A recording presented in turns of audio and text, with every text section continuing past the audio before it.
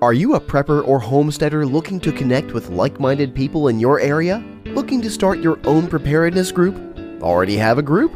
Well, look no further than PrepperNet. PrepperNet is dedicated to personal responsibility, individual freedoms, and being self-reliant. PrepperNet has monthly meetings in over 100 cities where you can meet and learn with like-minded people in your area.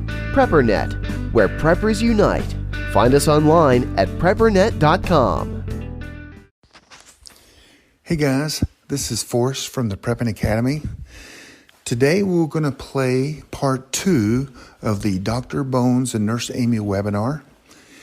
And the video you can find on YouTube. If you search for PrepperNet channel, you'll see the video. It was roughly a 2.5 hour video that we're breaking into 2 segments, and this will be segment number 2.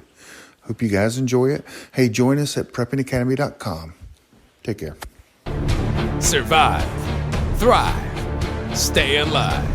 It's time to get prepared with the Prepping Academy podcast.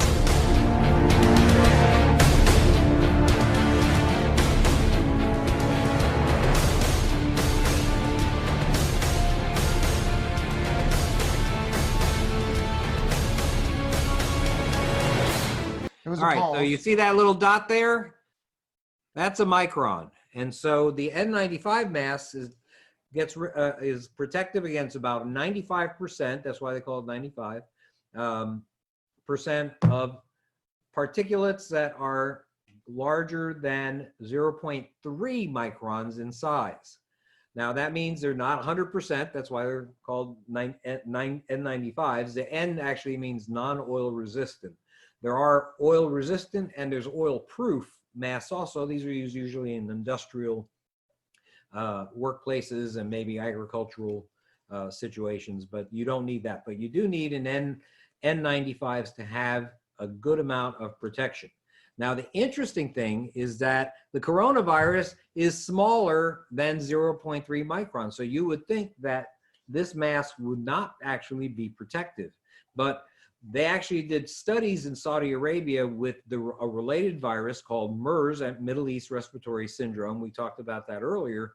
And they found that people that wore N95 masks, although the virus itself was smaller than what they say that these protect from, actually had a great deal more protection than people that use either just standard surgical masks or no masks at all when they were exposed to people with the infection.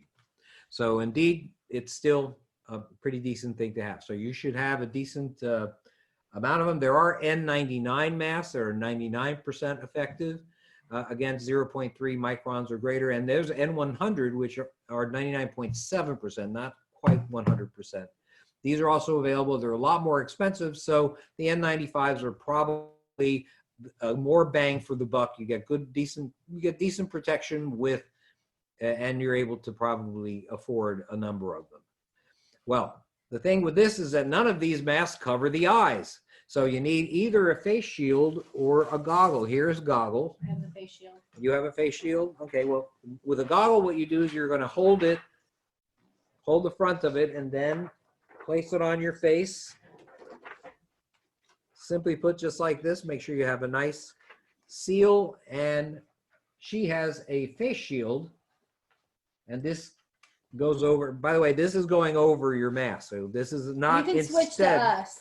I think you switch to us. This is not instead of a mask. This is in addition to a mask. Right. Preferably an N95. You put your mask on first. So basically, mask goes on first. These go on later. These go off first. Okay, but you're not touching the front. You're taking them off like this. And the mask goes off later. Okay, she's showing us out. So here she has pretty decent protection against viral particles. And when what do you got here?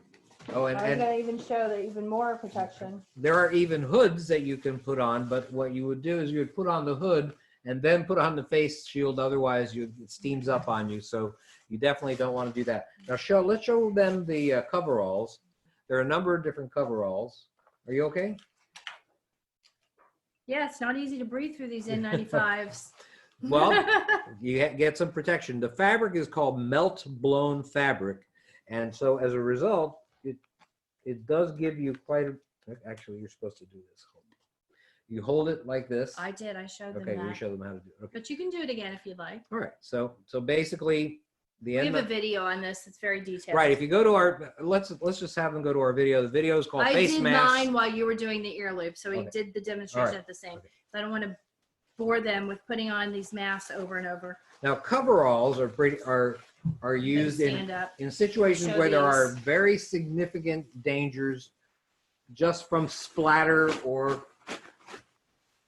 dealing with people who are sick with a very contagious disease. Ebola, for example, you needed to have these kinds of materials, and you'll see a lot of the Chinese medical workers are using these kinds of materials. This Right. particular coverall happens to have a hood, Right. so you don't necessarily have to have a separate hood that you would use for it. Now, the interesting thing about these is that when I wrote about Ebola, basically, we would, once you had put this on, then you put your gloves on. Well, you had one glove on already, and then you put the second I would one put a over. first glove Go ahead. on, Go ahead. and then this, let's say this was my second glove. Nope, that's your first. Now Okay. we have a All right. second glove, which is actually interesting because they're now having extended cuffs. So the second glove goes Much on, longer which is wrists nice. Put your than hand in most there. gloves. So I'm putting my hand in here, and I got to get my fingers in. There you go. Okay. Okay. And now these are actually able to go up over the cuffs, which is really nice. See how long that is? Now the way Much you can better. tell that you have a good fit from your Let's your say it's on. coverall I'm holding it. is by raising your hand over your head. If you stretch and you're still covered, your sleeve is still Right covered, here. your wrist is still covered, then you are safe. You have put that on correctly. Right. So that's it. In the old days, they used to allow you to use duct tape Right. to wrap here to form a seal. Now what instead they want you to do is they want you to, I'm gonna have to show you how to do this. With the first glove. Okay. You have one glove on, then what you do is you Hold put your hand up a little higher. your hand, but still right there. Right, you're still in the coverall with your thumb. Do you see that? That's just holding it down. Right. And then you put your second glove And then over you it. put your second glove on over that. Or you can also put a hole in it. Or Which you I could- don't want to put a hole in my cover. Thank you. Okay, But you if can you put put a thumb hole, it will actually hold this in place, and then you can put the second longer glove that covers the cuff up so that your wrist is protected. You want to cover as much of your body as possible. This has a hood, and when you zip this up, this is actually elastic, and this will sit up underneath your chin. So you've got your goggles and your face mask on, and then you have very little amount of skin that is exposed at that point, which is Right. nice. And a face shield would actually cover you pretty well too. Now, another interesting thing is that these coveralls have booties. However, these booties are not enough protection. No. What you need to have is boots. If you have waders, things like that, this kind of some kind of boot this is a medical boot. This is something that you would use. Oh, that's actually a good picture. Okay, here's a That was picture. a picture of the coverage with Yeah. the zip, right? Right. Go to the next one. Let's keep seeing that. Yep. That was putting in the glove, checking, right? Right. This is a few years old, but you see I had two Now this sets is of gloves. starting to take Okay, wait, off. stop there. Biohazard bag. Now, when I remove materials, my coveralls and things like that, I have opened up a biohazard bag and I'm standing in it.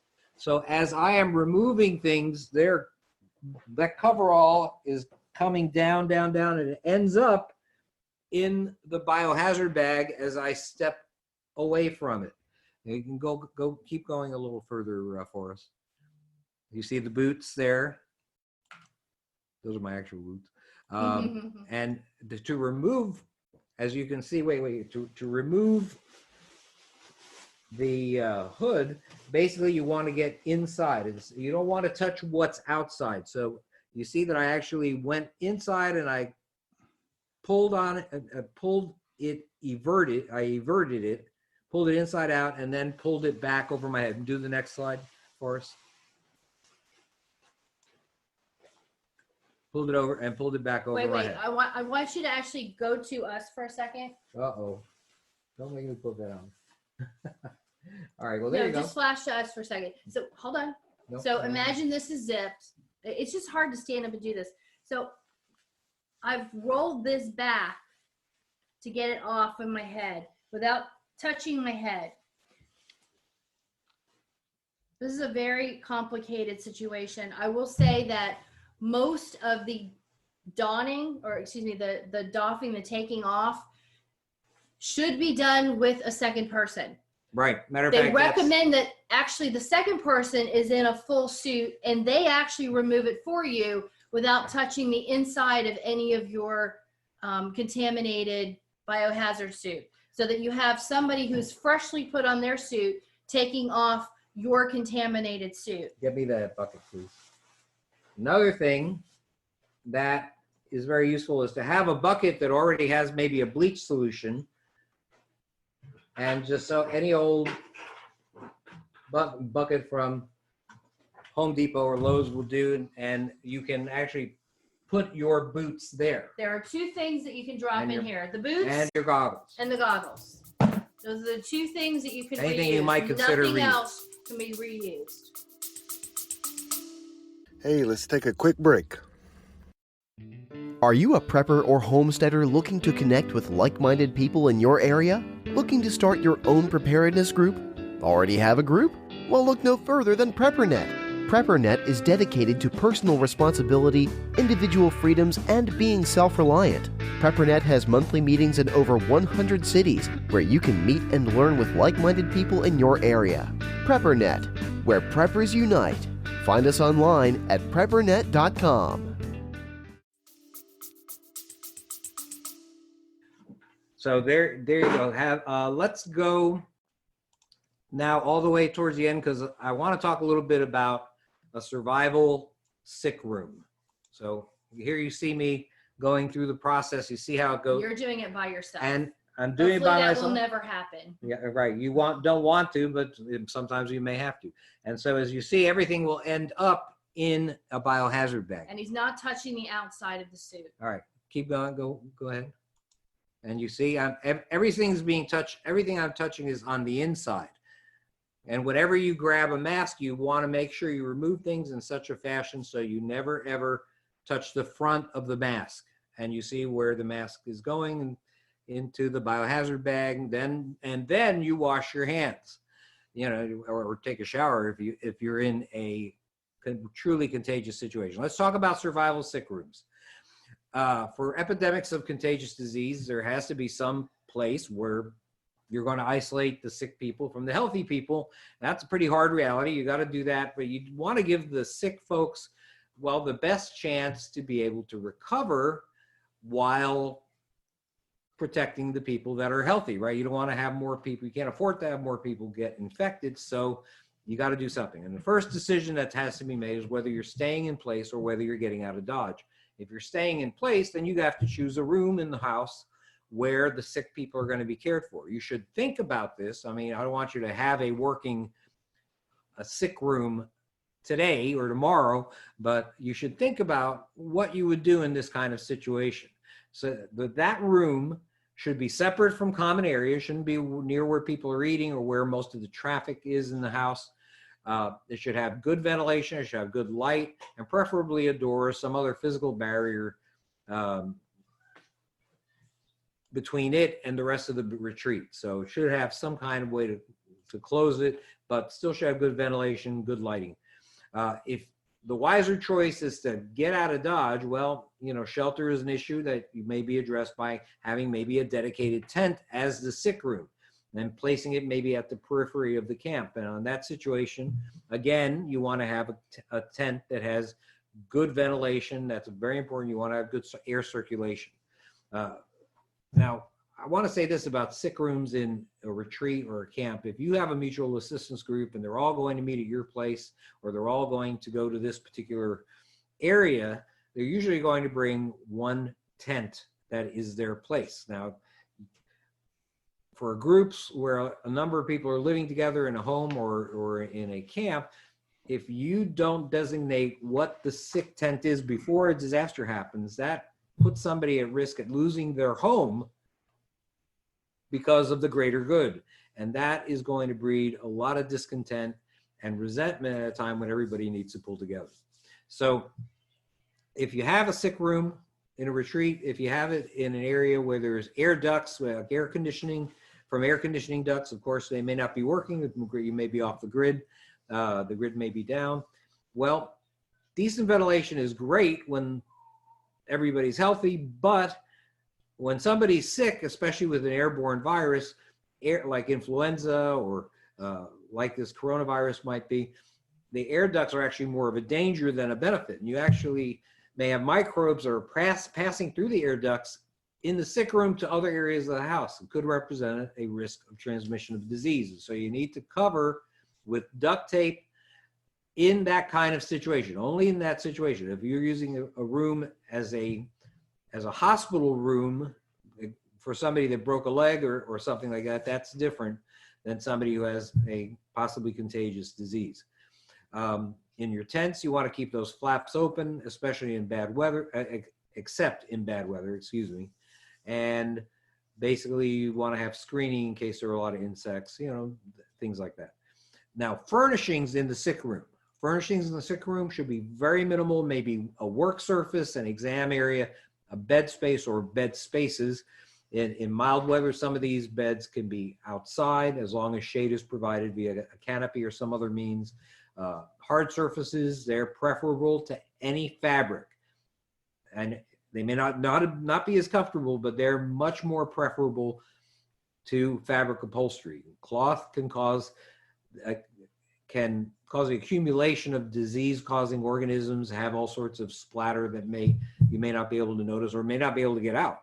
So even bedding in some circumstances may be best covered in plastic. If I had an Ebola patient, I would be putting plastic on their bed, on their cot. The bottom line is the more areas that you can disinfect easily, the better it is. Now, it's important to have a way to eliminate the waste products. So you need maybe just a 5-gallon bucket and some bleach solution. That might not be bad. Containers with lids should be made available so that you can use sick room items or like a hamper, things that need cleaning. You need a station near the entrance of the sick room or your hospital tent so that you can have caregivers equipment like masks and gloves, gowns, aprons, whatever personal protection gear is necessary for the situation, and make sure you always have a good supply of those items. Maybe a basin with water and soap, other disinfectants, that's useful. You want to, of course, have thermometers as well. That's going to be another very, very useful item. Many people consider medical supplies to consist of like gauze and tourniquets and battle dressings, and of course that's the interesting stuff that people think about when they're thinking about preparedness. But you also have to have dedicated sets of sheets, towels, pillows that you are going to dedicate to the sick person. You don't want to be using those in somebody that is sick with a contagious disease and then have somebody else wind up using it. You have to keep these items separate from the bedding and bathing and eating materials of the healthy members of your group. So that's something also that's very important that a lot of people don't really think about. Cleaning supplies, also medical preparedness items. We have a lot of, let's say, Clorox wipes and Lysol and a simple bleach solution, 1 to 10 bleach solution would be good. Don't forget you want to disinfect doorknobs and yeah, it doesn't have entrances. to be something fancy. I just want to say that you don't have to buy very expensive products to actually kill viruses. One important thing though, if you have like mucus or vomit and you pour bleach or some product like that, it may not penetrate deep inside that mucus. So you may still have viral particles inside of there that are still active. So if something is kind of mounted or piled up or, globular mucusy, you may not be able to kill the virus. You need to do like a hazmat thing. You need to get rid of that I just touched my face. junk. Just touched my face. You need with special precautions to clean up that area, and then once you've gotten rid of that mound of whatever it is, then you can clean the surface with the 1 to 10 bleach solution. Right. Then again, okay, so remember, plates, cups, eating utensils, these are also things that should be dedicated. 10%, 1 to 9. Dedicated to the sick person. And one additional item that a lot of people don't think about is your sick room patient should have a noise maker of some sort, a whistle maybe, that'll allow you to alert them, allow them to alert you, hold on, when they need help. This is going to decrease anxiety and give them confidence that you haven't forgotten about them. So I think that's good. I'm sorry. No, I don't think we actually showed them. Yeah, this is red bag. Yeah, this is in our pandemic kit. We have a number of different types of biohazard bags, and this is one big one that would be very useful to stand in to actually get rid of all of This is the a item you're covering. 33 gallon. Right. I got 3 quick questions. Yes. 3. I'm gonna ask them all 3 at the same time. All right. Will HEPA filters help in your air conditioner, in your heating unit, Tamiflu, and thieves oil? All right. Okay. So Viral particles are really small. right. So it's hard to say, but if the HEPA filter says that it will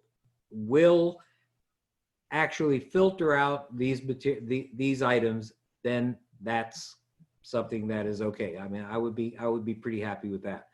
I would remind you that masks and things like that, I didn't mention, as I wanted to make sure I mentioned this.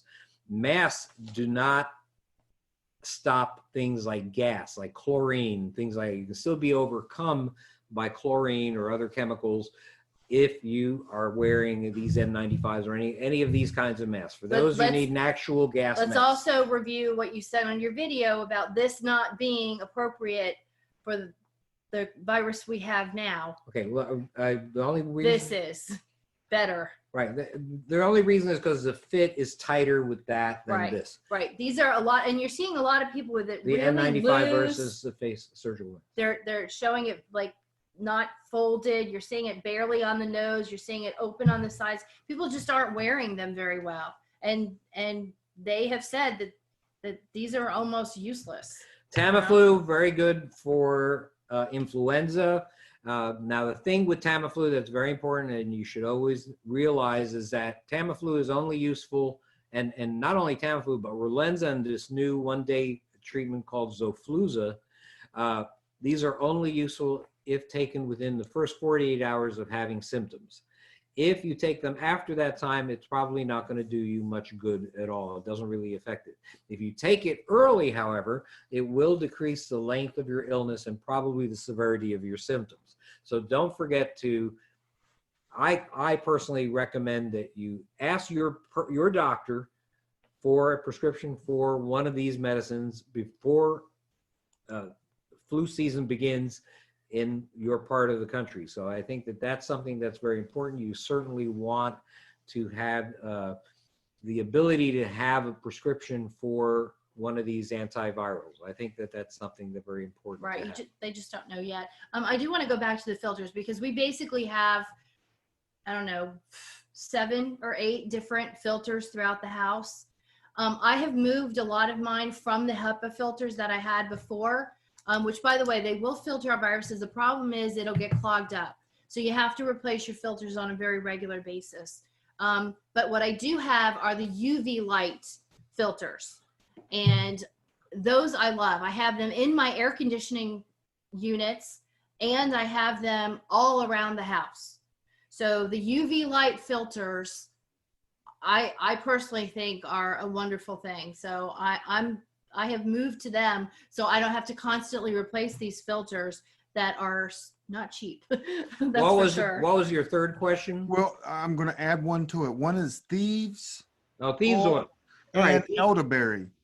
If you're going to use thieves oil, I have no problem with it. You know that there's inhalation therapy. You get 2 or 3 drops of thieves oil, for example, and you breathe, and you can breathe it. If you're going to put thieves oil and use it, I would put maybe a drop or 2 on the inside of your mask.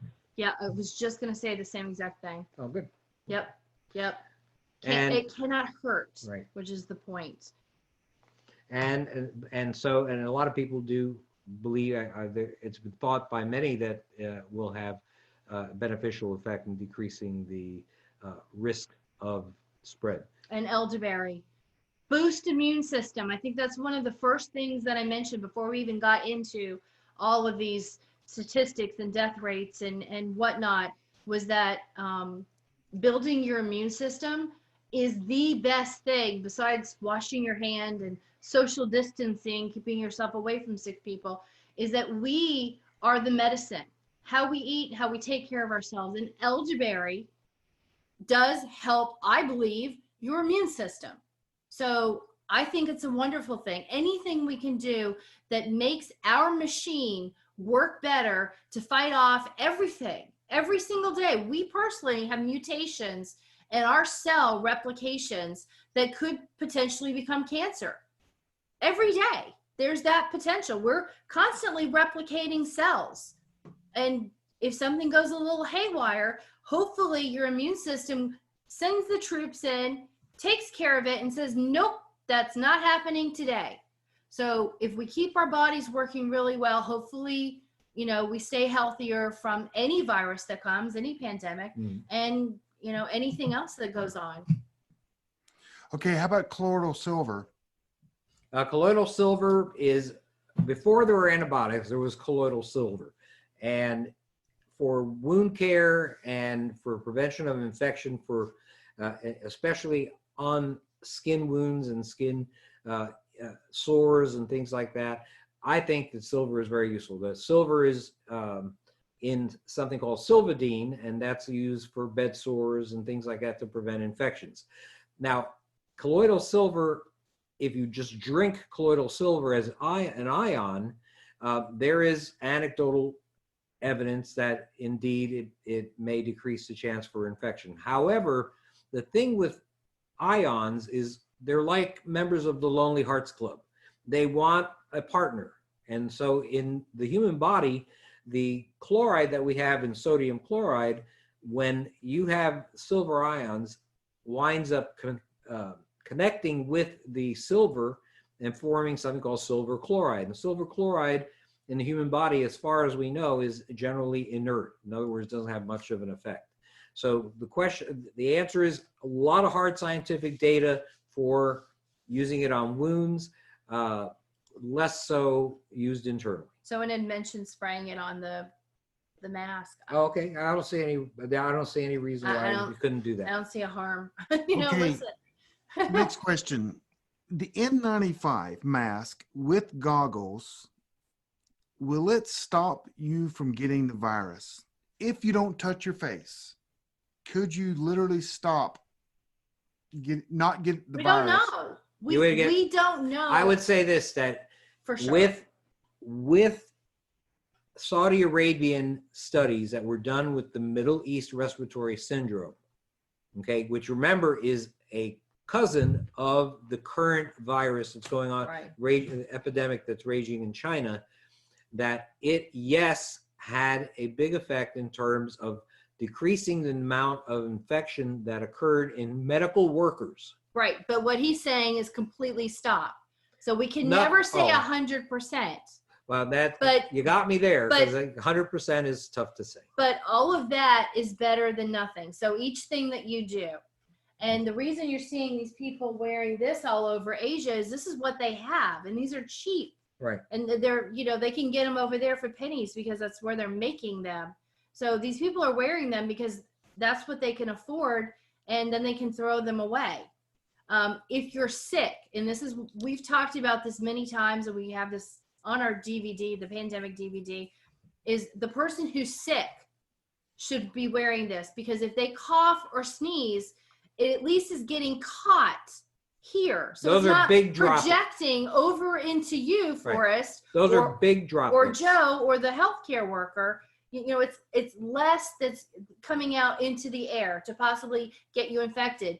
And the healthcare worker or people who are concerned or in close contact with people who are sick are the ones who should be wearing these. Okay.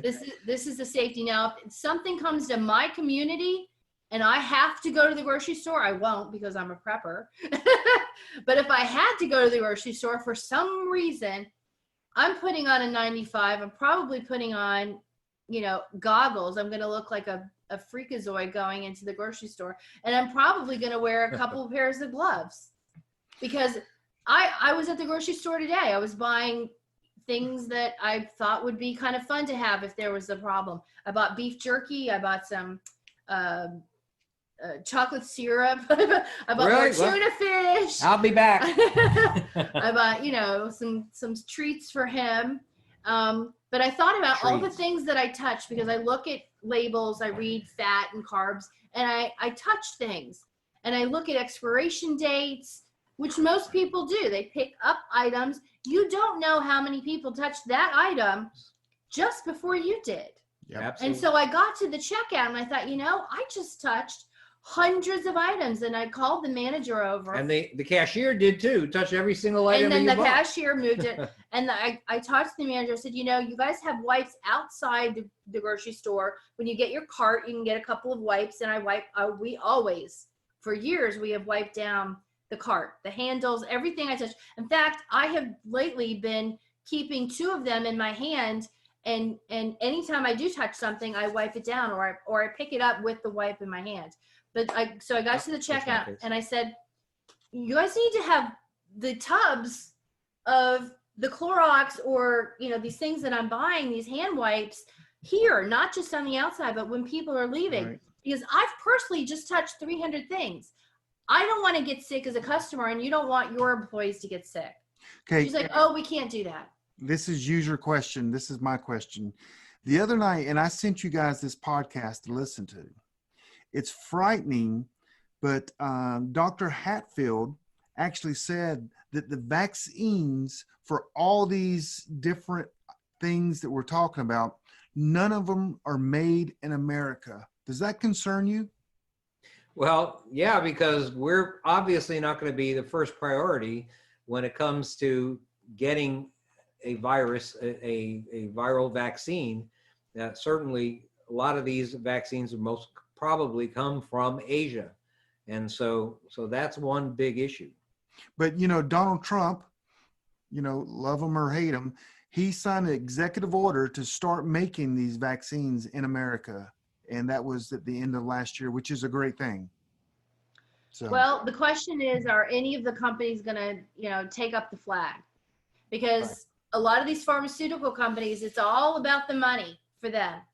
If it's financially feasible and profitable for them to make these vaccinations, which is a lot of research and development, a lot of money goes into this. If they think it's monetarily worth it, then they will.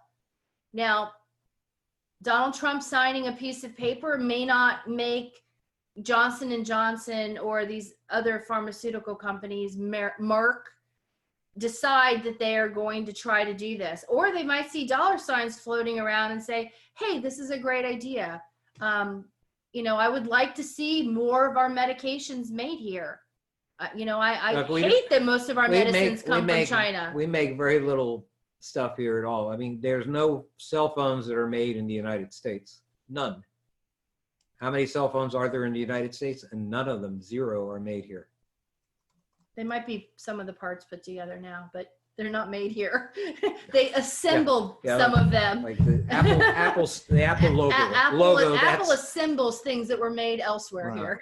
Okay. Are N95 an N95 mask? Like you can go to the paint section of Home Depot, and they have some for paint, some for dust, some for. Are they N95 is an N95? No matter what the label. Yeah, but you have to There's make letters. They're probably not N95s. They're probably R95s or P95s. In other words, oil proof or oil resistant. And the N stands for non-oil resistant because they don't have to be oil resistant to prevent germs, bacteria and viruses and stuff like that from getting into you. So basically, you don't. I don't know how much they cost, but Basically, these are specifically meant for medical purposes, and they're probably cheaper than a lot, per unit than a lot of the other ones. So the ones from Home Depot won't work? Well, I haven't seen the ones from Home Depot myself, or I haven't looked for them. But they do have do they say N95? Do they say N95? Some of them do, yes. Mhm. If they say they're N95, N95 they're N95s. and they say NIOSH, that means they're approved, because there are some masks that put N95 on them that are not approved by our government standards, and they're mislabeled. Like the masks that you see that might have like a cartoon or something on them, those are not N95. So you really have to look at the labeling, and your mask is going to have labeling here. You need to take a look and see. Okay. They say NIOSH, which is the National Right. Institute for Occupational Safety and Health, I guess. Yes. Okay, I saw this meme that this lady took her bra and doubled it up and put it over her head and around her mouth and nose. Will that work? Wow. I have no idea how many I don't know. microns at a filter. I'll be back. Where do you keep I your have bra? my bra. I have my bra right on here. I'm not taking it off. I'm going to go to Amy's dresser and I'm going to try it on, and I'll be back in a few minutes. Yes, but you can't be exposed to coronavirus, so this is not a legitimate test. Well, I don't think that it probably. The thing is you have to have the right fit. So what fits your breast may not fit your face.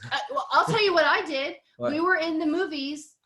We went to a movie last Wednesday, and it was during the day. We thought, well, no one's going to be here. It was Star Trek and Star Wars. Star Wars, whatever. But of course, 2 seats over from me, these people brought their sick child. So the whole movie, he's coughing, and so I had to sit with the movie because the movie theater somehow was full, with my shirt up over my nose, turned sideways. So I was trying to distance myself from this kid. I know he didn't have coronavirus, but I didn't want whatever he did. Let me say that if there was a viral outbreak in that community, we would not be going to the movie. Oh, there she is. That's not a good fit. Look at her nose. That's not a good fit. It's open around her eyes. Remember what you do is She's for a just fit. trying to get you YouTube breathe, hits. You breathe in. Remember the proper fit. Breathe in deeply, and it should indent if there's a proper fit. Breathe out, and no air should get out. You can see there was space just between her nose and the top of her bra. But very interesting. She's just trying to be popular. I'm sure she's very popular with the male viewers. I'm sure she's very popular. I mean, I have a fancy bra and I could do that too and get some hits, but I'm not into that. I'm not. I'm a professional. Let me go back and see if there's some questions I asked, the ones that were just recently. Again, how about any boosting your immune system is one of the biggest keys. And what some of the things you guys recommend to do that? Besides elderberry, which we've talked about, are there just eating better? Well, of course, there's lots of different fruits and vegetables. We need to make berries high in antioxidants. Absolutely. Vitamin C. When I went to the grocery store today, he asked me to get fruit. I got him bananas. I got him oranges. I got him apples. And I bought strawberries and blueberries. Another really good one. Strawberries were actually on sale today. I don't know why. Oh, probably because Valentine's Day is coming up. But fruits and vegetables. If they say shop the outside of the store, not the inside of the store. Right. So you go along the fresh things. I go for anything that says organic, non-pesticide, no high fructose corn syrup. Read your labels. Just try to eat a healthy diet without preservatives and weird food. High in fruits and vegetables. Maintain a healthy weight for your height and age. Exercise. Don't smoke. If you drink alcohol, drink in moderation, get a lot of sleep, and hydrate yes, that's yourself. important. I actually want to really emphasize sleep because there's probably very few of us that get enough sleep. We all go to bed late. We have to watch Hulu and Netflix and Disney Plus and I don't know what other 100 other stations that we can get on-demand movies. Oh, Apple Plus now has a movie subscription. But anyway, we're staying up too late. We're not getting enough sleep. We have got so much on our mind. We're inundated with information. And we're chronically dehydrated. We do not get enough Hand me fluids. that water right now. That's right. Here's some water. Please. Basically, I was told by a registered dietitian that I should be drinking. There you go. Basically, my weight, or not my weight, the number of ounces that I weigh in kilograms every day. So for me, that would be 240, 80 about 80 ounces or so, about 175. 80 so ounces. And this one is 16? 16. Yes, so I got to careful. eat 5 of these, or drink 5 of these a day to be normally hydrated, according to her. Give her water. Which he back. never does. And they yell at him every time he goes in there. You're not. Some water, right? You're not. He Hey, says, don't drink after each other. No, that's okay. We're not sick. Okay, so I went to Home Depot this week, and I did find they have latex gloves, they have goggles, they have Tyvek suits. I didn't see any with the hoodie. I didn't buy any of it. We've been doing this a while. Your investigation, right? Yeah, and they actually they had individual, like a pack of 3 or 5 N95 masks. The bulk ones of 20, I didn't see any of them left. But everything that you're discussing that you've kind of for prevention, the goggles, I think they were like $5. The gloves, you could buy boxes of 100. Is there any particular ones? There's latex, non-latex, all this kind of. You should use nitrile gloves, the non-latex variety. Well, there's an epidemic of latex allergies in this country. Yeah, and not just. I just want to show them the word nitrile. Nitrile. So that's what it looks like. And basically, what happens is that you may not be allergic to it yourself, but the people that you're touching, that you're giving care to, may be allergic and may wind up having some ill effect as a result of it. So there are a lot of latex allergies in this country, and so always go with nitrile gloves if you can. Okay. I'm going to go back. You actually had a slide. Well, I don't know where it is. Yeah, dude, just hang on 1 minute of something. I mean, of course, you sell a lot of this stuff in your store, but right here it is. Let me hit this. Whoops, wrong button. Now I'm going to share that slide. So right here. So. Right. I mean, you have kits for this on your store, right? Right. We have pandemic kits. I just want to say a quick history about that. We actually started selling this in 2014. I didn't just come up with this a week ago and say, oh my gosh, I need to put together a pandemic kit. This kit, if anyone who wants to use the Wayback Machine, has been on my store since October of 2014. So for over 5 years, this has been my pandemic kit. Keep that slide up. Yep. Okay, well, that you're looking at just a portion of the pandemic kit, and by the way, those biohazard bags are also part of it. You get a few of the smaller ones, you get a couple of the big ones, right? And you get regular masks, and you get N95 masks, and you get the coveralls and gloves. Just go to the website. Shields, I don't want to. Goggles. I don't want this to be. I'm an option if you need it. I know you didn't want to sell your products. No. But I did see this, and I called you guys today, and we talked, and all I heard in the background was Joe taping. And Amy kept saying, "Stop it! I can't hear. Stop it!" I'll tell you, if we've been inundated. I will say I've been very blessed by my resource, which is a hospital supplier, the biggest hospital supplier in the world, or at least in this country, Medline. And they've been hooking me up.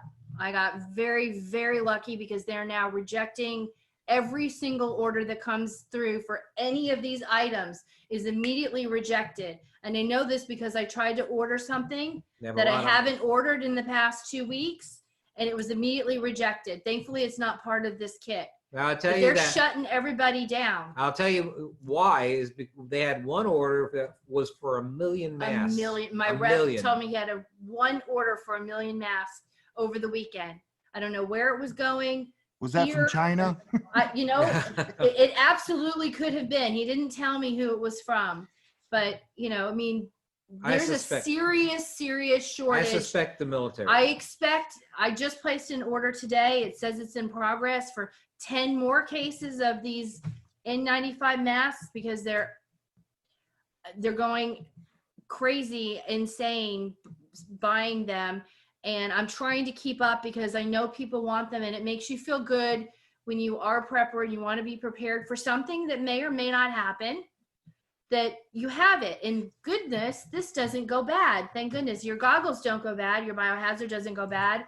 Your surgical masks don't go bad. So these are kits actually that you can keep for a long, long time. They don't have, things that are just going to expire on you.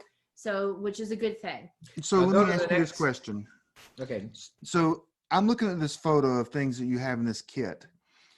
What would you say the percentage of the items in that kit are actually made in America, or would they be made in China? I would say none. I will tell you, I just looked at the box when I was looking at these N95s. These are made in Malaysia. Okay. Because people that make the goggles and the gloves, when they have a major outbreak, other countries won't be able to get them. No, they That's won't. right. I'm trying to see where this is made.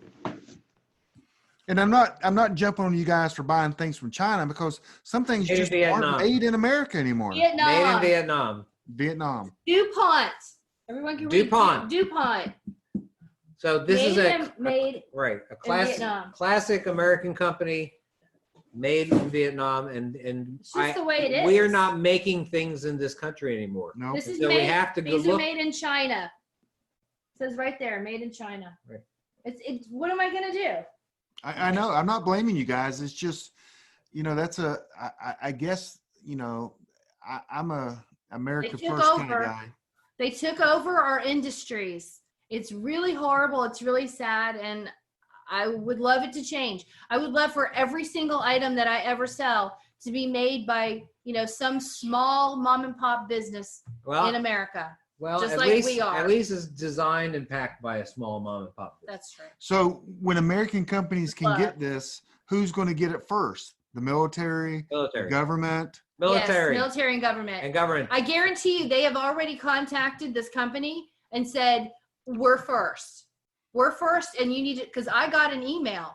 I got an email from the rep, actually my rep's boss, 2 days ago when I saw aprons that I ordered were rejected. I have never seen an order that I've ever replaced rejected, but I hadn't ordered it within the past 90 days. Like I had ordered everything else. I knew over the weekend I needed to get this quickly. And last week I started ordering. Every day I've placed at least 4 or 5 orders. It was the first rejection. She wrote me a letter and she said, sorry, all orders for anything that has to do with pandemic preparedness will be immediately rejected and reviewed for purchase within the past 90 days. So they're just shutting everybody down, and then they'll let you know if they're going to allow you to buy that or not. Now, you had mentioned Forrest, Dr. Hatfield, and I had a couple of notes from his interview, and he basically said what I suspected is that these orders are going to what's called a strategic national stockpile. And that, you would think, is something that, that would go to the citizens if a outbreak of, let's say, coronavirus turned out to be something really bad. But he says it's actually just meant to maintain the continuity of government. Mm-hmm. To maintain, and the theory is that if you can maintain the government, then society won't destabilize and you'll still have a country. But the items that the government is buying doesn't necessarily go to its citizens. It goes to whatever it takes to maintain the continuity of government. So right now they're having somewhat of a situation in China. And I guarantee you a lot of these masks they make a lot of masks in China. I guarantee you, Oh, whatever company, it might not be 3M, it's another company. And as soon as they're coming off the production line, they're going to cities, governments, militaries throughout China as fast as they can make them. If that happens in America, we won't have enough masks. We wouldn't have enough masks for the city of New York. I'll tell you one thing. And we wouldn't be able to get them either. And Yeah. not only that, That's already a problem. If you've looked on Amazon, that most of those sellers are out. This is Right. currently unavailable. right, we just happen to I've have. already seen it. But I wanted to just say one other thing is that we don't have enough hospital beds. Our medical infrastructure, even though it's a lot better than it was a few years ago, we learned some hard lessons with Ebola when that guy from Liberia came over, wound up dying here and infecting a couple of nurses in Dallas. We changed a lot of our systems, so we have more hospital beds than we've had before that can handle infectious disease. But according to the virologist that Steve interviewed a while ago, basically he says that we have 200% less beds than we need, hospital beds than we need for contagious disease outbreaks, and we have 400% less intensive care unit beds. Mm-hmm. And the intensive care unit beds are what people are going to need if there was a coronavirus outbreak here, because 1 in 5, as I mentioned, wind up having pretty severe respiratory damage. Actually, the virus attacks the linings, the cells that line the lungs. And so that is a big issue. I mean, it really taxes the infrastructure medically, not only of places like China, but it would wreak the same havoc here in the United States. You know what else Dr. Hatfield said?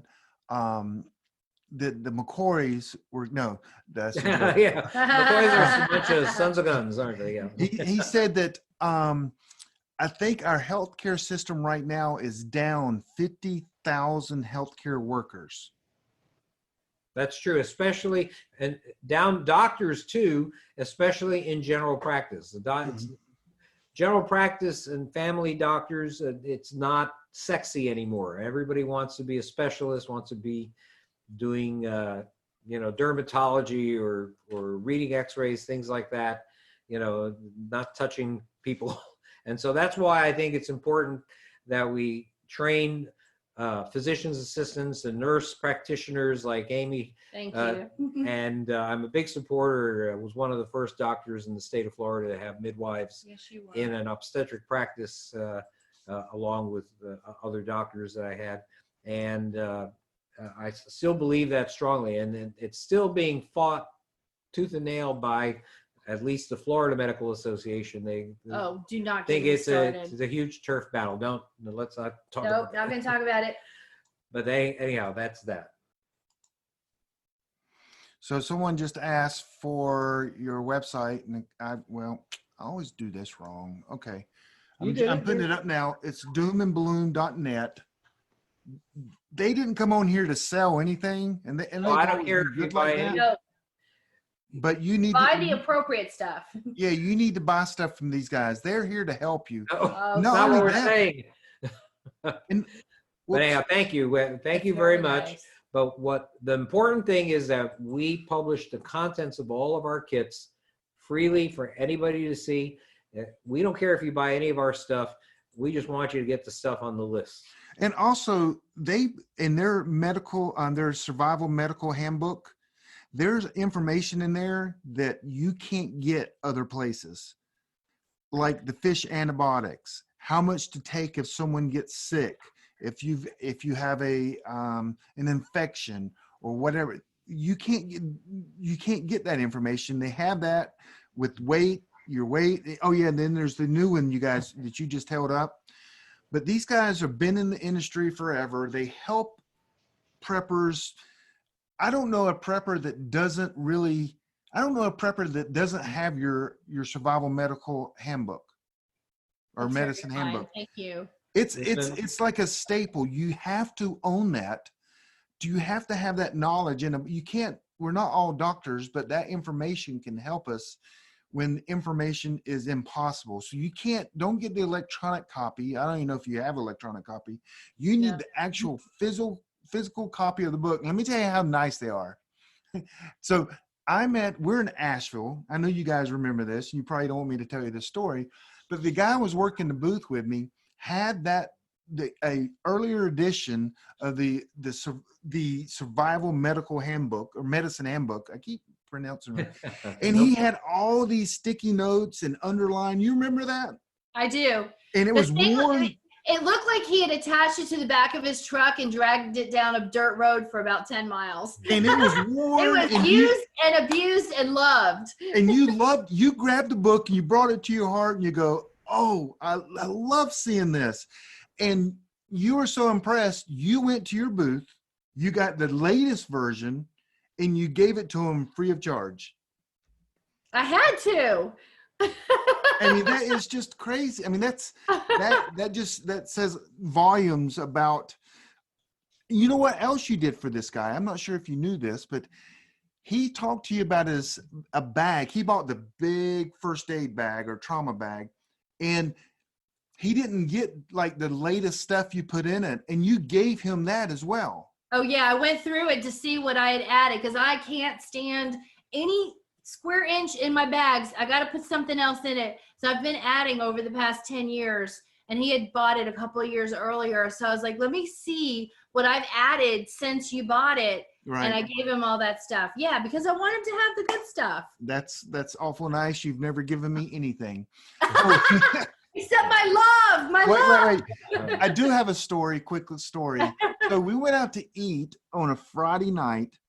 And I remember, and I came back and, I'm waiting for the check. And my friend Eric said, Dr. Bones took care of her, Joe took care of her. I'm like, oh, okay. And I thanked you. So the very next night we go out to eat. And I remember getting up at right before anybody was thinking about the bill, I went to the actual waitress and said, hey, I'm buying this table's food. And she goes, no, that gentleman's already given me his credit card. And I was trying to maybe help, to get you back and pay for it. You already handed her your credit You're card. very sweet. No, we like to take care of people when we go out to dinner with them. We've been blessed by our relationships with so many people, great people like you, Forrest. We give and give and give. We're going to give till we're not here anymore. And a lot of the people that are listening right now in the chat room, we know them. We've met them at shows and talked to them. So we're just very, very glad to be part of the preparedness community. Well, let's wrap this up with a couple of things. Okay. You do have things for sale. I know that's not why you're doing this. You have some videos. Yes. We do. Like hundreds of yes, lots of them. You got doomandbloom.net, and people can find your store there. Your book is there. They can also go to Amazon and get the book, but buy it from your store because you make more money off of it. No, actually, we're fine with Amazon. They're our publisher. So no, you're not hurting my feelings. Okay. The only reason I offer it is just in case somebody wants a little signature. Otherwise, please buy it wherever you want. We sign the books if you buy them from the store. Yeah. Okay. And also, I know you're going to be, I'm looking forward, we're going to be at Heritage Life Skills together. Yes. Yes. And that's coming up in May. May. That's May 8th, you're going to talk on Friday. Mm-hmm. And then May 9th, we're actually going to do a suture class, a suture stapling wound care class. I think they put us at 1:00 for that.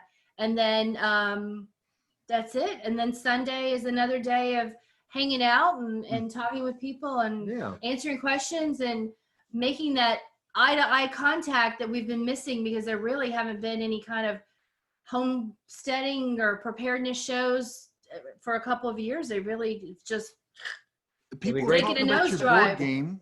People are talking about your board game. We did a board game. Yeah, we did a Kickstarter. I tell you, we just come up with the craziest ideas sometimes. Let's make a board game. We like board games. Oh my gosh, that was fun. So any other announcements or where you're going to be or anything? And Heritage Life Skills would be, I guess, the next physical place that we're going to be. How about any classes? I mean, you teach classes all the time, I know. Well, yeah, but I haven't actually made a schedule. I've kind of been a little overwhelmed between the holidays, family visits, and the coronavirus. Wow. Sort of, taking it. And I will say one thing that I haven't probably told people is I'm trying to make a little bitty book for like a pocket. Oh, Yeah. That's one of our new It's for tiny it's people? on my list. Yes. Tiny people like us. Tiny people with good eyesight. No, because we have that giant 700-page book, and I know it's hard to carry around. So a little bitty book, not too many pages, just beaten potatoes. So if we need supplies you got enough supplies for a large family? They asked, also someone said, Expo in Dallas, Texas. Oh, what is that? I don't know. And then Mother Earth Expos. You go to Mother Earth every now and then. Yes, we do. Yeah. Mother Earth in Texas, I thought was that last month? I don't know. I don't remember. What? Belton? Yeah, Belton's in February. Asheville canceled theirs. They don't have one in Asheville this year. I know. They're moving to, I think it was Memphis. I think they're doing one over in Memphis, which is interesting. I haven't decided whether to go to that. And then, do you know who Southern Ohio Prepping is? Yes, we do. Because he is. David. You're going to be on their show next Wednesday night at 9. Next Wednesday, Yes, yeah. we will be. Yep. We sure will. See, I don't mind sharing the competition. They're not competition. I'm just kidding. Actually, I think I watched you guys on that channel one night or some channel. Yes, we did. Yeah, we had right. We had David and Gil were our hosts, and that was a lot of fun. So. And they're actually going to teach me how to do this streaming too, this YouTube streaming. When I have a moment to breathe. Well, hey, I want to thank you guys. Doomandbloom.net. That's where you go. You know their book. I mean, you got everyone here. You know them. You're like the presidents. I mean, you're like the representative of preppers. Oh, I just want to be the surgeon. Just make him be the Surgeon General. Oh, I want to be the Surgeon Lance Corporal. You can be the grandpa of medical prepping. And you guys are on PrepperNet's expert panel, and I appreciate you guys doing that. You're good friends. I can't wait to see you guys in Waynesville, North Carolina. Well, I certainly hope that everybody signs up for PrepperNet in their individual areas. There are so many different. How many total groups do you have now? I think 64. That's incredible. I mean, at a time when preparedness is sort of semi-dormant, I think it's steady. You're really have such an active bunch of groups in PrepperNet. I think it's wonderful. Yep. Join PrepperNet. Well, I appreciate you. Hey guys, thank you for coming on. And gosh, we're past 11. I told people it's going to be late at night. That's just the way we work. So we had a great. Can never we had make a great anything time. short, and I'm not ever going to cut anybody off for questions. Except me.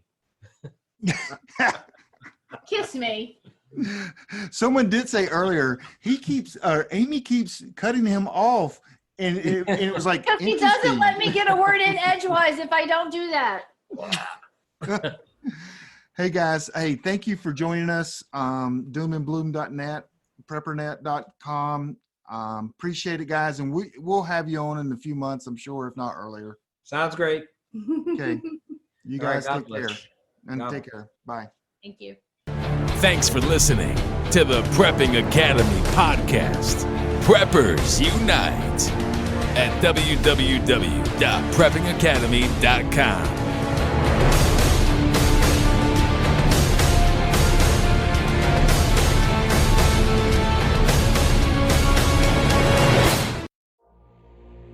Has your data been hacked?